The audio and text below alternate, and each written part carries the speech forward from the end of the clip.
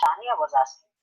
But she remembered the words of wisdom imparted by her own mother when she herself was much older, at about the age of 16. She was born of poor but very hard-working parents. They weren't able to provide Sabina with any formal education. However, they were good human beings who wished that their daughter grew up with good spiritual values. Sabina's first real meaningful question to her mother was when she had asked her own mother why they seldom went to church like other families did. Her mother had solemnly advised her that true devotion stemmed from performing an action with honesty and integrity.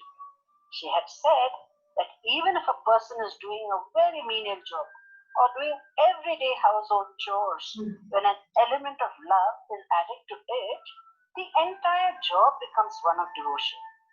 In doing so, your true inner essence is brought out to the forefront, making the act a truly sublime one.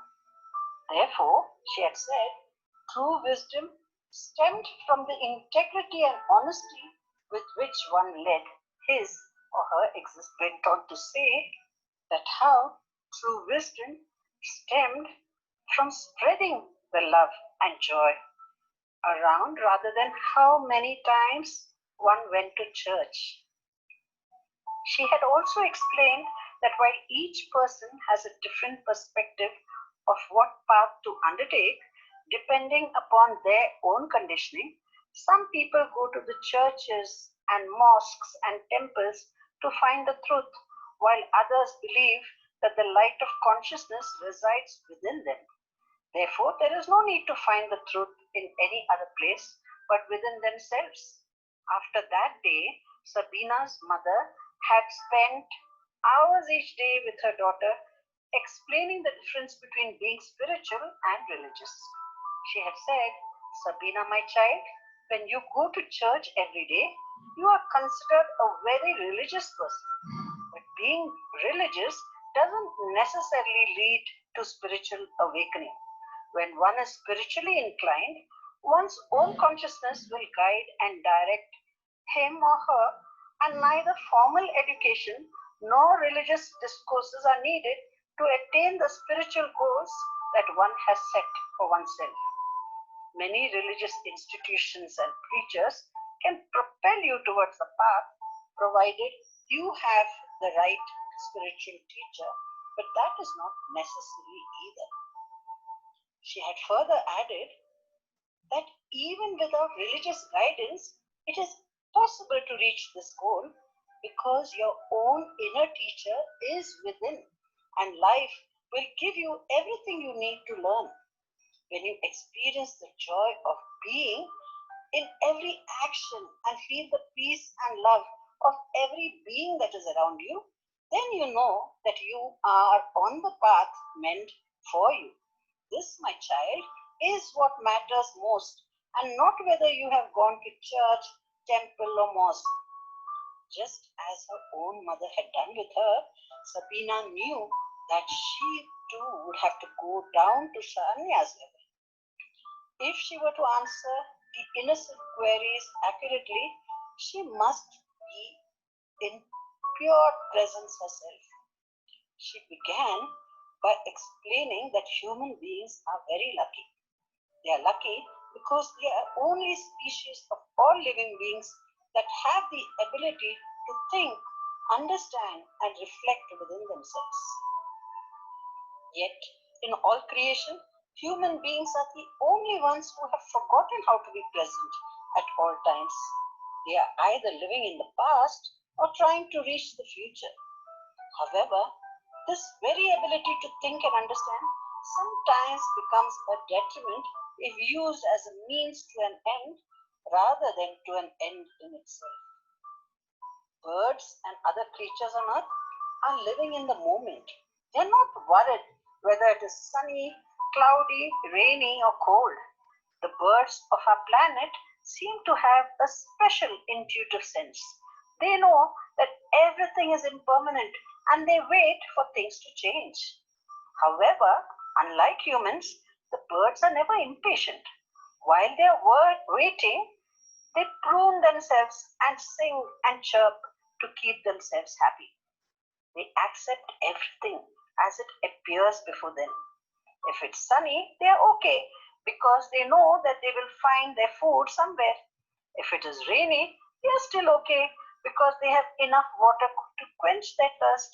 If it's winter and they need to protect themselves, they either make their own shelter or use those that are freely available in nature itself. Their basic necessities are always taken care of. They are not afraid of what the future holds for them because they have no memory of the past. Humans, on the other hand, look at the future through the eyes of the past. Therefore, humans are never able to see the present and can rarely, if ever, live happily and cheerfully in the moment like the birds and other creatures of the universe do. This answer seemed to have registered positively in Shania's young mind because she darted off with wonder and excitement, claiming that she too would be like the birds, enjoying every moment of her life exactly as it presented itself to her in that instant. Sabina and her family had moved after her marriage to a small and sleepy town of a southern Asian state called Muktivan. They had their own little house, which was not in the best of conditions because it was rebuilt by them from a previously designed structure that didn't have a very strong foundation. Her husband was an orphan and barely had secondary education when they married. Financially, they were very weak because Sabina herself didn't have any qualifications that could provide her with a job. So they survived on her husband's meager income, which was just sufficient to keep them on board. But they were very happy in their little house, and life seemed extraordinarily brilliant because of the deep love they shared with each other. However, they knew when their first child was born that they would leave no stone unturned to ensure that their child attained at least the minimum basic education to withstand the challenges of life. They meticulously saved every penny that they could put aside in the hope that their daughter would see much better days than they had done. In the meanwhile, Sabina made sure that her daughter Shania expanded her spiritual awareness by constantly talking and explaining the various aspects of life. She had explained the impact of her everyday actions on her external realities. Painstakingly, she gathered information from some of her learned friends and would sit by Shania's bedside, repeating what she had learned. Shania did not exactly understand the meaning of living in the moment. During such moments, she would ask her mother how she could become present in the moment. Sabina would then ask her to close her eyes and feel her inner body. Feel the movement of her breath. Notice the inhalation and exhalation and the pulsation and sensations that this exercise seemed to bring about. She asked Shania to experience the stillness within her. When thoughts subsided and the feeling of wellness that arose within her, she would be sure that she is living in the moment. She explained that the subtle vibrations that she was experiencing was indication of the awareness within which she permanently resided. She guided her to experience her true self, which resided within her in its deep, infinite space. Sabina was surprised at the depth of Shania's ability to retain information, experience it, and reproduce the same at some opportune moment when she was looking for answers to various simple queries that presented itself from time to time.